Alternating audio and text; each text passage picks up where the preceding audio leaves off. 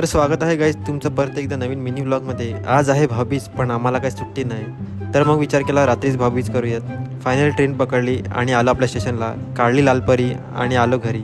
घरी आल्या आल्या आपली प्रथा चालू झाली आणि भाईची बॉडी इन प्रोग्रेस आहे. भाई वन साईड जिम चालू आहे, वन साईड. आणि ह्या पापाच्या परीने बघा कसा टीका लावला आहे.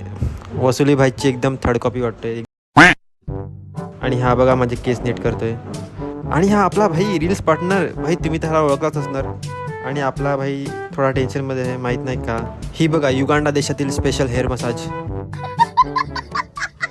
आणि तनयाने आमच्यासाठी स्पेशल मिसळपाव बनवली आहे, पण खूपच जास्त तिखट बनवली आहे. भाई सर्व ठिकाणून दूर निघाला. समझ रहे हो ना. आणि आपल्या मोठ्या ताईला जळवण्यासाठी आम्ही कॉल केला, पण तिने उलट आमचीच इज्जत काढली. नंतर मग आम्ही गेलो आमच्या बंटी अंकलकडे उडण खटोला उडवायला. आता ह्याला काय बोलतात मला माहीत नाही, जर तुम्हाला माहीत असेल तर कमेंट करून नक्की सांगा. एक उडण खटोला तर सक्सेसफुली उडाला. भाई उंच भरारी घेतली त्यांनी. आणि आमचे 2 यान भरारी घेऊ शकले नाही. नासावाल्यांनी आम्हाला डायरेक्ट रिजेक्ट केलं. आता हे लोक बघा कशावर शेकोटी घेतात. अरे साला तुम लोग पागल